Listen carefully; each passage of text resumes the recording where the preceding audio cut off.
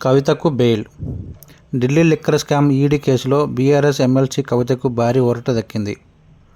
మార్చి 15 నుంచి దాదాపుగా తిహార్ జైల్లోనే ఉన్న ఆమెకు సుప్రీంకోర్టు బెయిల్ మంజూరు చేసింది. సుమారు గంటన్నర పాటు కవిత లాయర్ ముకుల్ రోహత్గి, ఈడీ తరపున ఎస్వి రాజు మధ్య వాడివేడి వాదనలు జరిగాయి.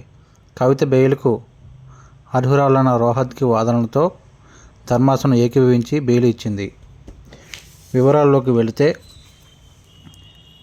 పిఎంఎల్ఏ సెక్షన్ 45లోని కఠిన నిబంధనల నుంచి మహిళగా ఎమ్మెల్సీ కవితకు బెయిల్ ఇవ్వాలని చెప్పేసి ఆమె తరపు న్యాయవాది ముకుల్ రోహత్గి సుప్రీంకోర్టుకు కోరారు.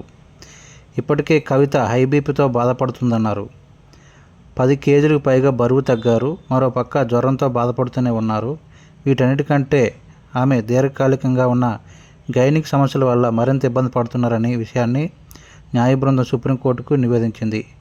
పిఎంఎల్ఏ సెక్షన్ 45లోని కఠిన నిబంధనల నుంచి కవితకు మినహాయింపు ఇచ్చి బెయిల్ మంజూరు చేయాలని సర్వోన్నత న్యాయస్థానానికి విన్నవించేందుకు ఆమె తరపు న్యాయవాది సిద్ధమై తమ యొక్క వాదనలు వినిపించారు. ఇదిలా ఉండగా, కవితకు ఉన్న అనారోగ్య సమస్యలపై ఢిల్లీ ఎయిమ్స్ ఇచ్చిన రిపోర్టులను ఈడీ అధికారులు న్యాయమూర్తి ఎదుట ప్రవేశపెట్టారు. వీటన్నిటిని పరిగణలోకి తీసుకున్న న్యాయస్థానం చివరికి బెయిల్ మంజూరు చేసింది.